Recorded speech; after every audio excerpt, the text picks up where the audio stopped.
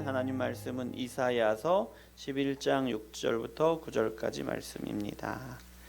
이사야서 11장 6절부터 9절까지 말씀입니다.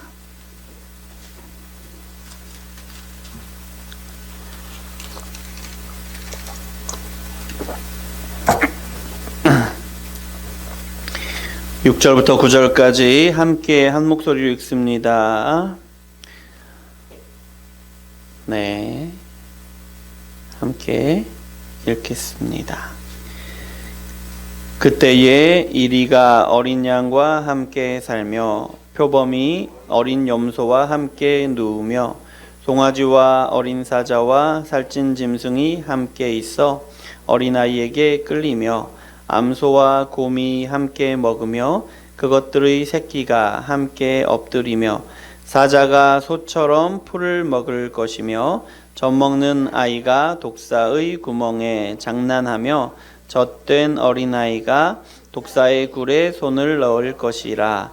내 거룩한 산 모든 곳에서 해됨도 없고 상함도 없을 것이니 이는 물이 바다를 덮음같이 여호와를 아는 지식이 세상에 충만할 것임이니라. 아멘. 잠깐 기도하겠습니다. 하나님 감사합니다.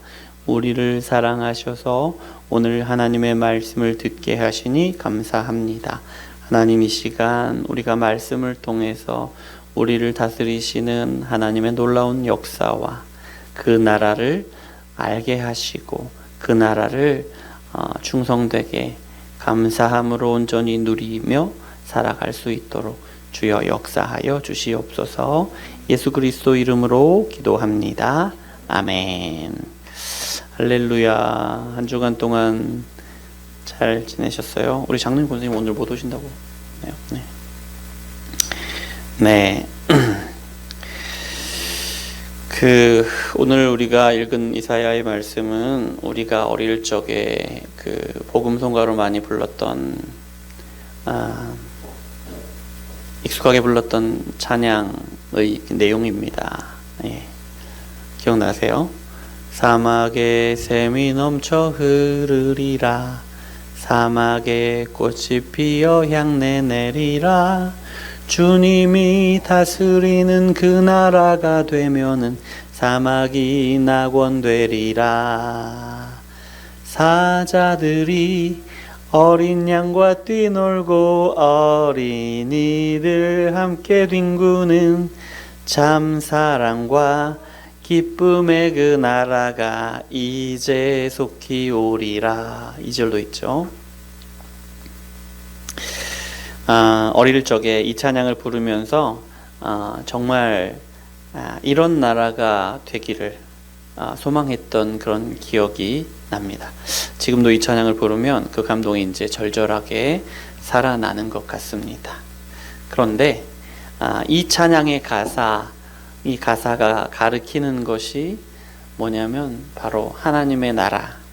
옛날에는 천국 하면서 우리가 이제 가리켰던 하나님의 나라입니다. 한자로 하면 천국이죠.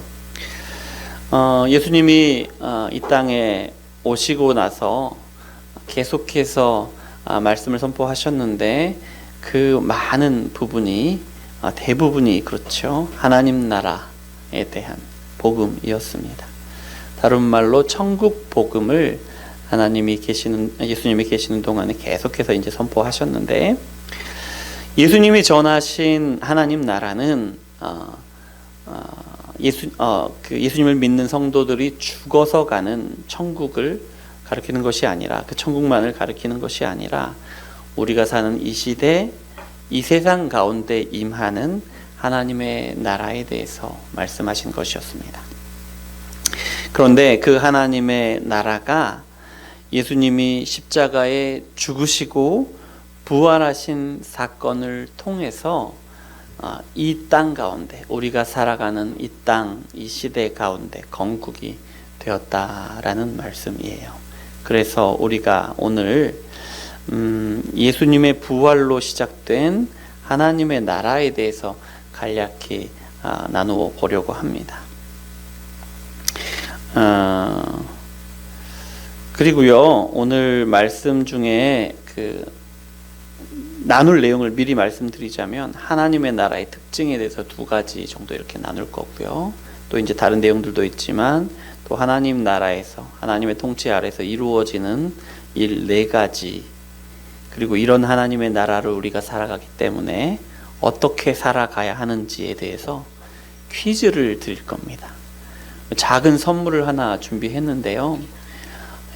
조금 답하고 멀면 저거 이따가 집사님 저거 좀 내려주십시오. 이따가 분들에게 이제 시도하시는 분들에게 이제 도전하시는 분들에게 이렇게 참가상이 있을 것이고, 제일 이제 답을 잘 주신 분들에게 여기 이렇게 파운드 케이크 하나 이렇게 준비된 게 있습니다. 네. 오늘만이에요. 네. 좀 이제 기록하셔도 좋고요. 너무 중요한 내용이기도 해서, 그리고 이제 다음 주에 부활 주일의 말씀을 이제 2주 이렇게 연속해서 이제 나눈다고 생각하시면 될 텐데, 그래서 다음 주 말씀을 듣는데도 너무 중요한 것일 것 같아서 걸었습니다. 네. 뭐 사행성 뭐 이런 말씀하지 마시고 네. 좋은 쪽으로 받으십시오. 네. 첫 번째는요. 하나님의 나라는 하나님의 통치가 회복되는 나라입니다. 하나님의 나라는 하나님의 통치가 회복되는 나라입니다. 하나님의 나라에 대해서는 우리가 오랜 시간을 주일 설교를 통해서 함께 나누었어요. 기억나는 게 많으시죠? 그 중에 하나님의 나라는 하나님의 통치다, 이 내용은 기억이 나실 거예요. 하나님의 나라는 하나님의 통치다.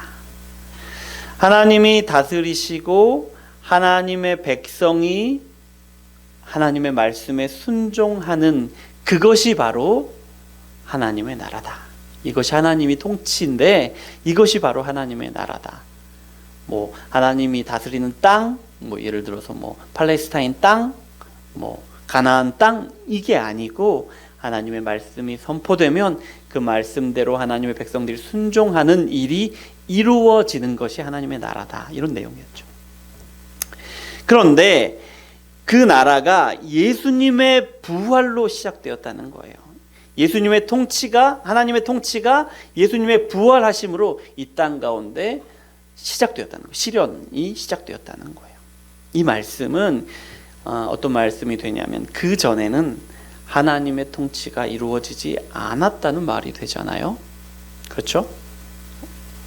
그런데요, 정말 그런가요? 사실요, 하나님이 세상을 창조하신 이후로, 아니 그 이전부터 하나님은 통치자이셨어요. 네.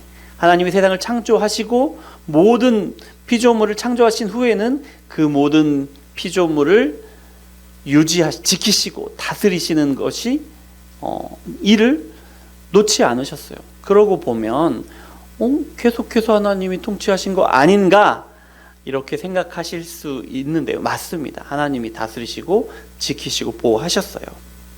그런데 특별히 하나님의 통치라고 구별해서 말씀하실 때는요, 이런 겁니다.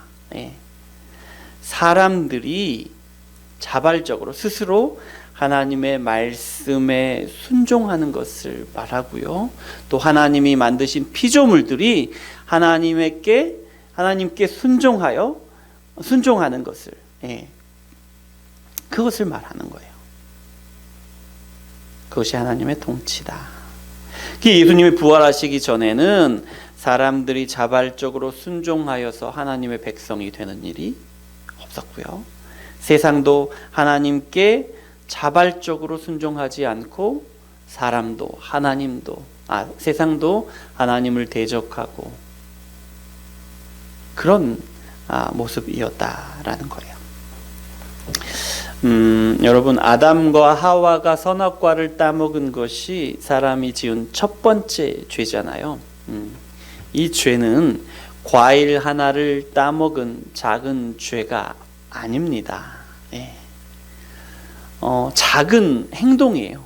행동은 극히 작죠. 손을 뻗어서 과일을 따서 입에 넣고 씹고 먹고 소화를 시켜서 배설까지. 뭐 일상으로 일어나는 그런 일일 뿐이에요. 그런데 이것이 심각한 죄인 것은 무엇이냐면 그 작고 일상적인 행동 하나가 내가 더 이상은 하나님의 통치를 받지 않겠다, 이런 선언이 되기 때문입니다.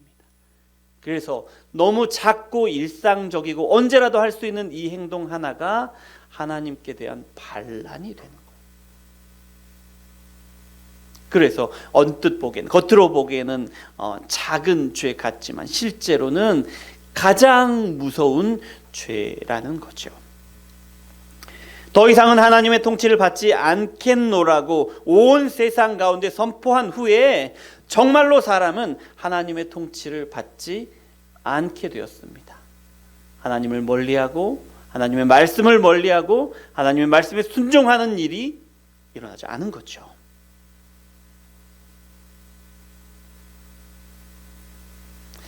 그리고 무엇을 하든지 어디에 있든지 죄인인 사람들은 말로써 또 행동으로써 이렇게 외치고 다닙니다. 내 인생은 나의 것. 내 인생은 나의 것이다. 누구도 나에게 이렇게 살아라 저렇게 살아라 말할 수 없다. 왜냐하면 내 인생이니까. 그리고 실제로도 그렇게 사는 거죠. 언뜻 보기에는 얼마나 이렇게 진취적이고 적극적이고 자립적이고 좋아 보이는지 모릅니다. 매력적이죠. 저 말씀드렸죠. 제가 어렸을 때 삐삐 로고인가요? 내 인생은 나의 것이었다고. 너무 좋아 보이죠. 그 말이, 그 표현 자체가. 그런데 사실은 그렇지가 않습니다. 하나님은 세상을 만드셨고요. 하나님은 모든 세상을 지키시고 유지하시는 그런 하나님이세요.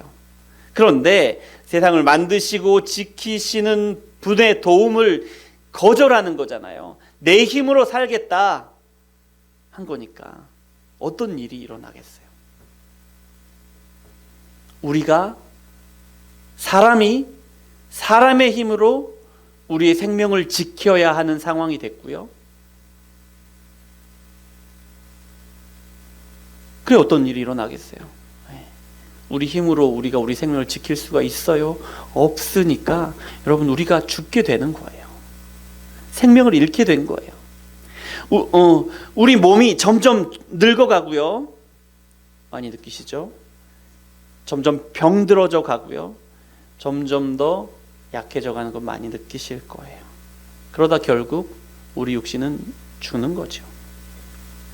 그럼 우리 영혼은요? 우리 영혼은 애저녁에 죽임을 당했는데요. 하나님과의 관계가 끊어질 때, 단절될 때, 그 순간 우리의 영은 죽은 거죠. 사람이 하나님을 거절하고 하나님과의 관계가 끊어질 때 우리가 사망을 처음으로 경험하게 되었고요. 그 이후로 계속해서 사망이 우리를 지배하게 된 거죠. 자, 이런 겁니다. 이제 크리스마스 트리, 이제 성탄절이 멀었지만 크리스마스 트리에 이제 막 그 반짝반짝 빛나는 전구들로 이렇게 빙빙 둘러 있잖아요. 예. 그 크리스마스 트리가 한밤중에 갑자기 꺼진 거예요. 예. 왜 꺼졌나 했더니 누군가가 전기 코드를 뽑아놓은 거예요. 예. 전구를 밝게 빛나게 하는 생명력이 뭡니까? 전기예요, 전기. 그런데 전구들이 더 이상은 전기의 생명력을 받기 싫다고, 뭐 그런 일이 일어나진 않겠지만 스스로 전기 코드를 뽑아버리는 거예요. 그럼 어떻게 돼요? 빛을 내는 전구의 생명력은 잃어버리는 거죠. 더 이상 빛을 낼 수가 없게 되는 거죠. 그런 거라는 거예요. 죄를 지은 사람은요, 하나님으로부터 우리에게 전해지는 생명력을 스스로 끊어버린 거예요. 왜요? 스스로의 힘으로 살 수 있다고 생각을 한 거죠. 하나님처럼 우리 자신을 지킬 수가 있고 우리의 생명을 지킬 수가 있고 우리가 바라는 뜻을 만족시키면서 살아갈 수 있다고 생각하는 거예요. 그래서 결국 죽게 된 겁니다. 여러분, 우리 힘으로 스스로 살 수 있다고 말하는 것이 얼마나 어리석은지 여러분 깨달으시기 바랍니다. 예. 믿지 않는 사람들이 하는 말이 그렇죠. 어디 무슨 신이 어디 있냐. 우리 스스로 노력하고 애써서 만들어가고. 예. 그런 말도 하잖아요. 내 주먹을 믿는다. 아니라는 거예요. 예. 믿지 않는 사람들만 이렇게 하는 것이 아니에요. 믿는 사람들도 간혹 그렇습니다. 우리도 살다 보면 잘 살아져요. 일도 잘 되고 인정도 받고 사업도 잘 되고 애들도 잘 크고 공부도 잘 하고 그런 생각이 듭니다. 살아볼만 하네. 살아볼만 하네. 우리 힘으로 그렇게 느껴질 때가 있죠.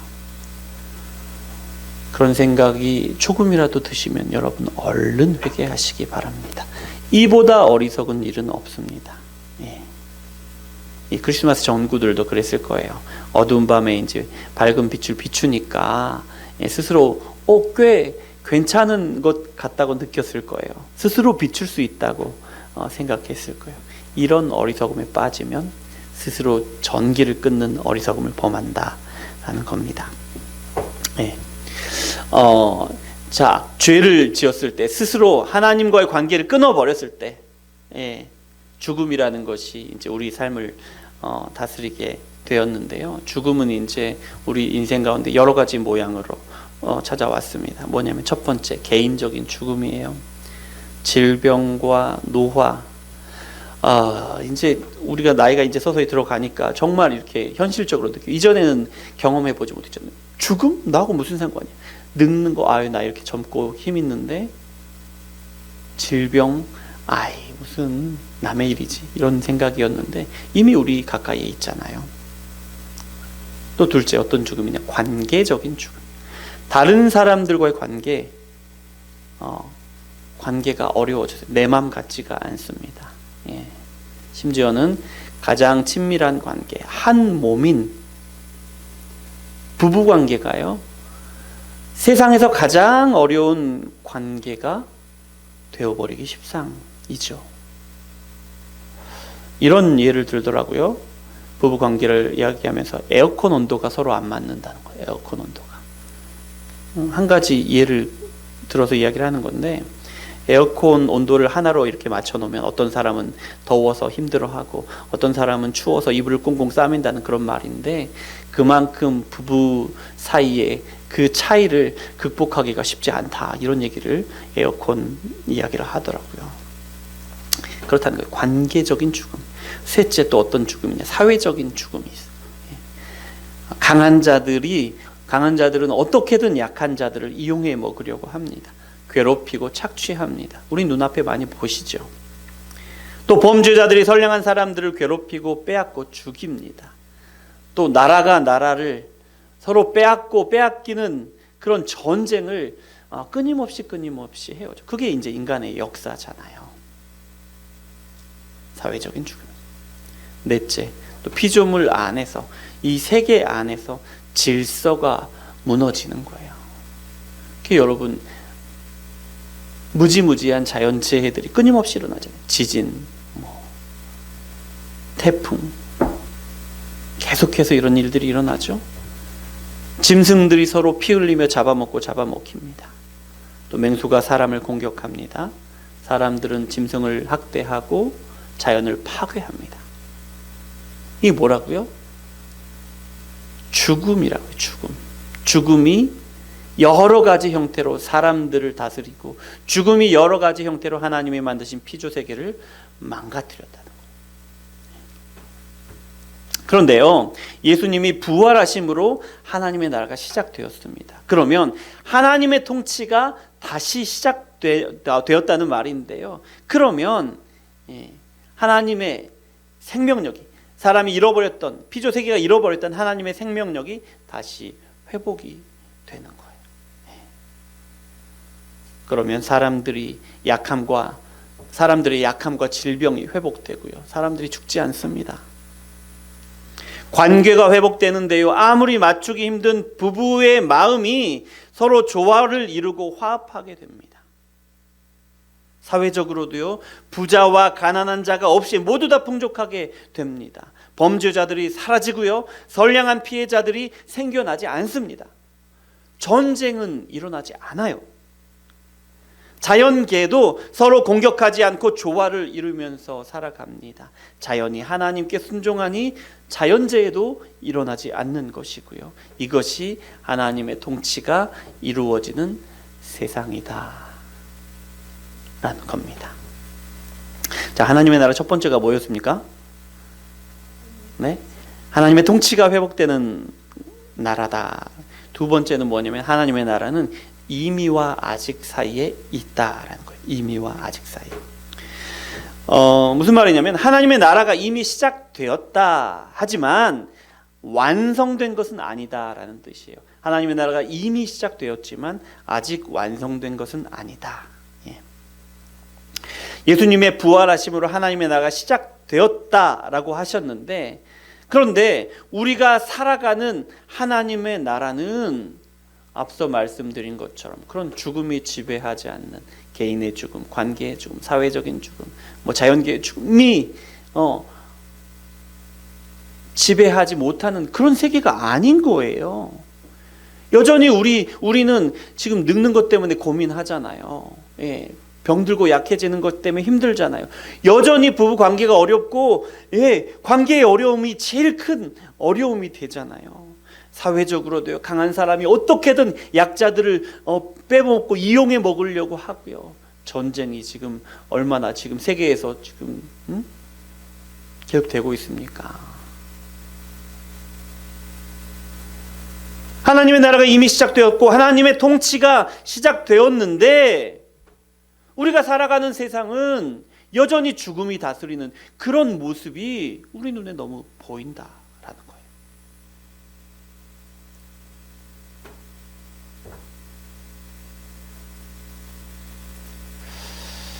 거예요.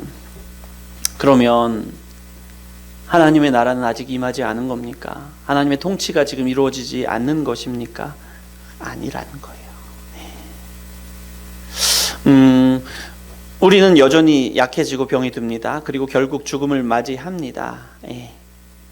하지만 지금도 우리는 하나님이 우리를 강하게 하심을 경험합니다. 지금도 우리는 하나님이 우리의 질병을 치유하고 회복하시는 것을 경험합니다. 우리 언젠가는 죽겠죠. 누가 제일 먼저 죽을지는 모르지만 죽겠죠. 하지만 예수님의 부활하심을 통해 하나님과 회복된 새 생명을 우리가 지금 이미 누리고 있고요. 또 우리가 죽은 다음에도 예수님이 부활하신 것처럼 우리도 똑같이 부활할 것을 우리가 믿음으로 이미 경험하고 있다는 거예요. 그러니까 무슨 말입니까? 하나님의 나라는 아직 완전하게 임한 것은 아니지만, 하지만 이미 이 땅 가운데 임해서 우리가 완전하게는 아니지만 부분적으로 이미 임한 하나님의 나라를 경험하고 있다라는 것입니다. 그리고요, 우리가 신앙생활을 계속해 나가잖아요. 지금 우리가 경험하는 하나님의 나라보다 우리가 5년, 10년 신앙생활을 더 해가고 또 이 땅 가운데 생명이 다 해가는 그 순간에 경험하는 하나님의 나라는 지금보다 훨씬 더 풍성하게, 더 깊이, 많이 경험하게 된다는 것입니다. 여러분, 이렇게 하나님의 나라가 이제 두 가지 특징 말씀드렸어요. 하나님의 통치다, 임의와 아직 사이에 있다. 그러면 여러분, 이미 임한 하나님의 나라 가운데서는 어떤 일이 일어나는지를 보셔요. 한번 어떤 일이 일어나느냐. 하나님의 나라에서는 첫 번째, 하나님의 말씀이 선포돼요. 그래서 하나님의 나라는요, 하나님을 아는 지식, 진리를 아는 지식을 배우게 돼요. 여러분, 이미 하나님의 진리의 지식들을 우리가 듣게 되었어요. 우리가 믿고 하나님의 말씀을 믿고 그 말씀 하나하나를 우리가 받아들이게 됐어요. 하나님을 아는 지식, 진리의 지식들이 우리 안에 하나하나 켜켜이 쌓여가고 있지요. 그런데요, 하나님을 아는 지식도, 진리에 대한 지식도 우리가 완전히 전부 다 알게 된 것은 아니에요.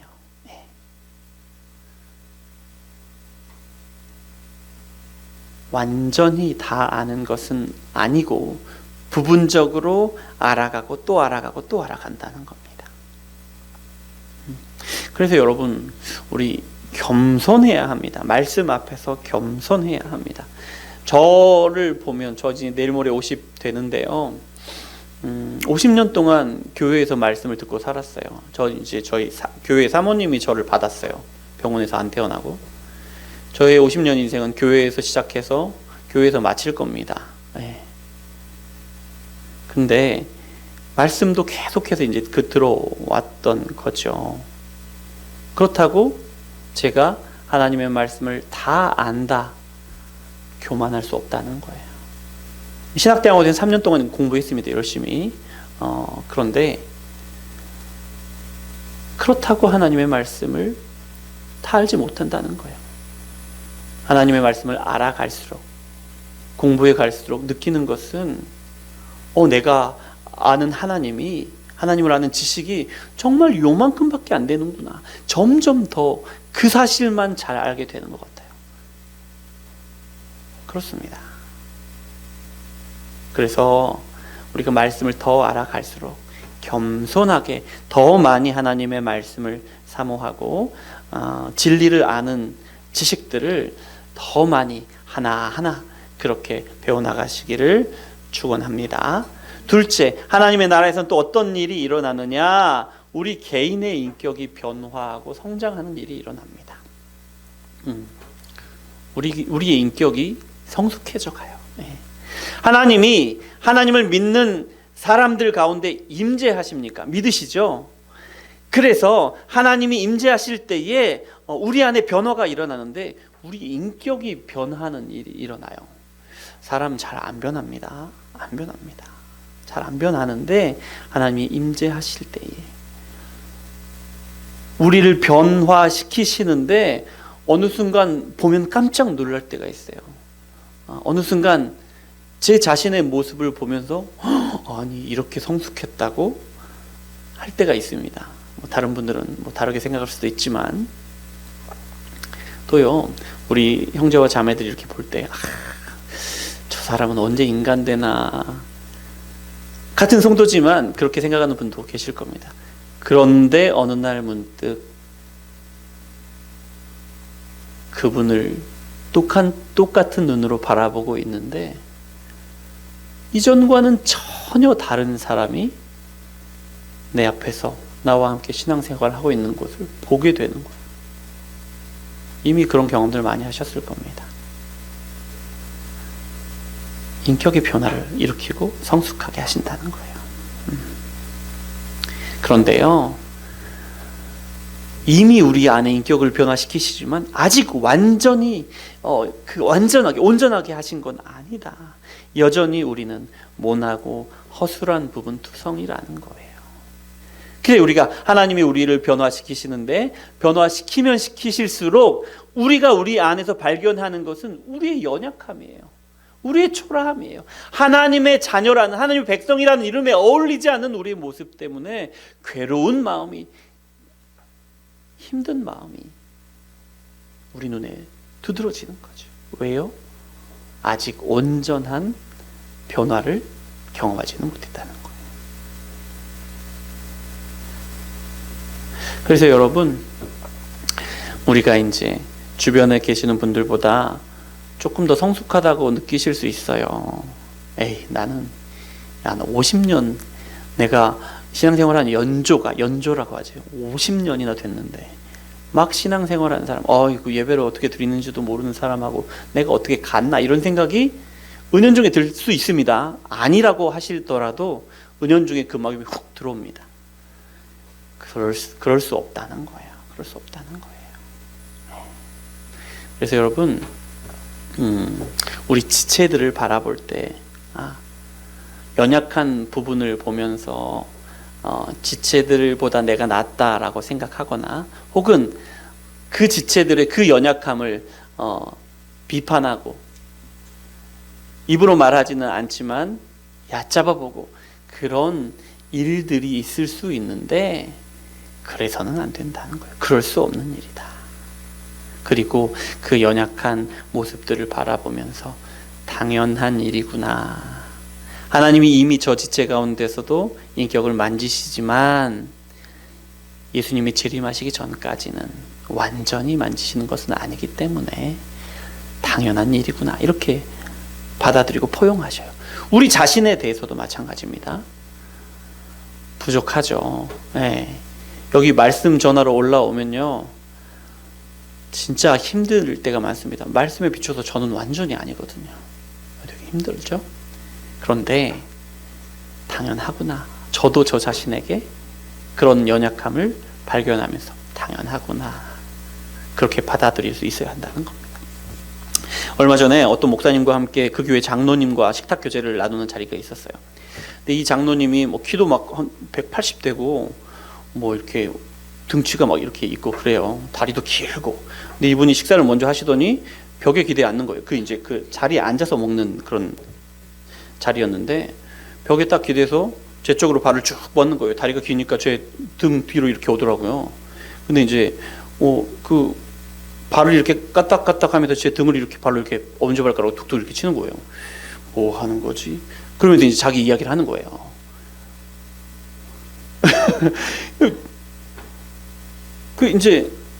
그리고 나중에 알고 보니까 이분이 얼굴은 저보다 이제 많이 형님 같아 보여요. 근데 오히려 저보다 7살이 어리더라고요. 장로님이신데. 그래서 한 번 더 놀랐는데, 아니 그래도 내가 목사인데 죄송합니다. 어떻게 이렇게 해야지? 근데 이제 앞에 계신 목사님 체면도 있고 그래가지고 장로님에게만 들리게, 장로님 발로 이러시는 거 아닙니다, 이렇게 제가 이제 말씀드리고 이제 넘어갔어요. 근데 화가 나더라고요. 진짜 화가 나더라고요. 근데 이제 나중에 그 목사님하고 이제 조용히 이야기할 기회가 있어가지고 이야기를 하게 됐는데, 알게 된 것이 뭐냐면 이분이 간지를 앓고 있는 분이에요. 네, 간지를 앓고 있는 분이고, 대화가 정상적으로 이루어지는 것 같으나 정신적인 수준이랄까, 그 인격적인 수준이 많이 어리시더라고요. 그래서 이제 그 목사님 부부하고 관계를 들어보니까 정말 기가 막혀요. 제 그런 이야기를 들으니까 조금 더 이해가 되긴 되더라고요. 사실 생각해 보세요.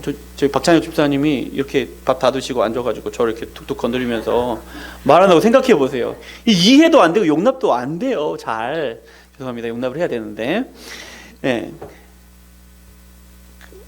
그래도 이해도 안 되고 용납도 안 되는 일들이 우리 교회 안에서도, 우리 형제와 자매의 말과 행동 가운데서도 그런 일들이 있어요. 있는데 그렇더라도 우리 형제와 자매의 연약함을 보면서 우리는 이런 생각을 해야 한단 말입니다.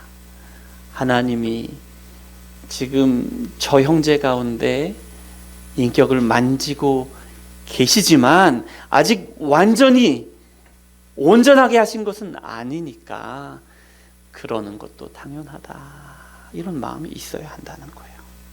그렇게 이해하고 포용할 수 있어야 한다는 겁니다. 어려운 일이에요. 어려운 일.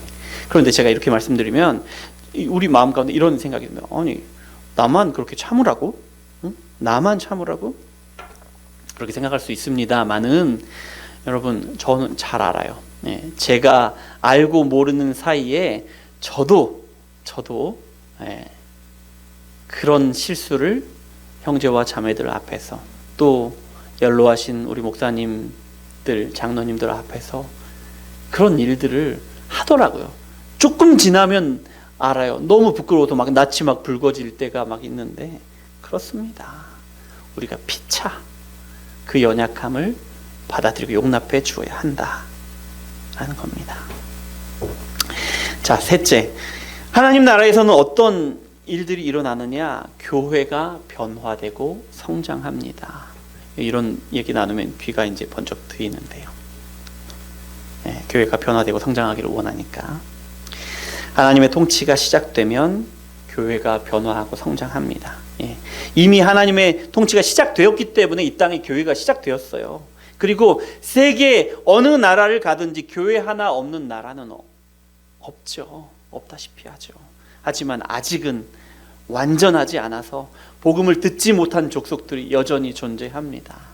아직은 완전하지 않아서 우리의 많은 어린 자녀들이 복음을 듣지 못하고 아직 예수님을 믿지 않는 자녀들이 있는 것도 사실이고요. 하나님의 통치가 이미 이루어지는 나라가 교회잖아요. 하지만 교회 가운데 수많은 문제들이 없을 수가 없죠. 많은 문제들을 안고 있죠. 우리 교회도 마찬가지고요. 하나님의 통치가 완전히 이루어지고 있는 것은 아니라는 그런 뜻입니다. 여러분, 그래서 우리가 교회를 바라볼 때에도요, 완전한 기준을 가지고 그렇게 교회를 재단하고 판단하고 평가해서는 안 되는 겁니다. 성도 개인도 마찬가지지만 공동체인 교회도 아직은 온전하지 않다는 그 기준으로 연약한 교회를 우리 마음에 품고 섬길 수 있어야 하는 거예요. 우리가 연약한 것처럼 우리의 교회도, 우리가 속한 교회가 우리와 함께 그렇게 하나님 안에서 성숙해지고 자라갈 수 있도록 우리가 품고 섬기는 일을 멈추지 않아야 한다는 겁니다. 교회의 연약함을 직면할 때마다, 교회의 악한 일면을 볼 때마다 그렇게 아파하면서, 그 연약함과 악함을 아파하면서 기도하면서 섬겨야 한다는 겁니다. 설사 여전히 교회가 약하고 악하더라도 하나님이 다스리시는 교회니까요. 넷째, 하나님의 나라에서는 사회의 변화가 일어납니다. 하나님이 통치하시는 사회는 이 사회는요, 이 사회 가운데는 이미 하나님이 주신 가족이라는 제도가 있어요. 그래서 가족들을 돌보죠. 자녀들을 키우고 양육하고 돌보죠. 또 악을 억제하는 법치 제도가 있어요. 그리고 많은 사람들에게 하나님이 양심이라는 강직한 양심을 주시기도 하고요, 예술적인 재능을 주시기도 하고요, 리더십을 주시고 과학을 주셨어요. 그래가지고 이 세상이 점점 더 아름다운 세상이 되게 하십니다. 하지만 하나님의 나라가 온전한 것은 아니라고요. 그래서 우리의 가정은 온통 많은 문제들로 해체 위기에 있잖아요. 우리 가정이. 악을 억제하는 법치 제도도요, 오히려 악을 도모하고 악을 지키는 그런 용도로 사용되는 것을 우리가 어렵지 않게 경험합니다. 그리고 양심, 우리의 양심, 예술적인 재능, 우리의 리더십, 과학도요, 하나님을 반대하고 대적하는 일을 위해서 얼마나 많이 사용되고 있는지 너무 쉽게 볼 수 있어요. 그래서 따로 예를 들지 않더라도 잘 아실 겁니다. 하나님 나라가 이미 세상 가운데 왔지만 아직은 완전한 것이 아니기 때문에 이런 일들을 우리가 경험하는 것입니다. 그래서 우리는 이미 임한 하나님의 나라를 누리되 완전하게 임한 것은 아니라는 것을 기억하면서 살아가야 해요. 완전한 나라가 임하는 그날을 기대하면서 살아가야 하는 거죠. 조금 오늘 말씀이 길었습니다만은 말씀을 마무리합니다. 인생 참 쉽지 않는 것 같아요. 요즘도 많이 느낍니다. 쉽지 않구나. 모두 그러실 거예요. 분명히 예수님을 믿고 하나님의 나라를 살아가지만 그래도 너무 힘들고 어렵습니다. 그래서 때로는 원망하는 마음도 들고요, 조급한 마음도 들고요, 스스로 초라하다는 마음도 듭니다. 안 들지 않아요. 그런데요, 오늘 말씀 가운데 커다란 위안을 받습니다. 하나님의 나라가 이미 임했고 우리가 이미 하나님의 나라를 살아가고 있지만 아직은 온전한 하나님의 나라가 아니어서, 그래서 우리 인생이 어렵고 우리 마음 가운데 원망하는 마음이 들고 조급함에 휩쓸리고 초라함에 짓눌리는 그런 일들이 있다라는 거죠. 그래서 여러분, 우리는 우리 자신에 대해서, 그리고 어떤 형제와 자매에 대해서도 부정적으로 보실 필요가 없습니다. 아직 인격적으로 모자라지만 결국에는 하나님 닮은 완전한 성품으로 갖게 하실 것이니까요.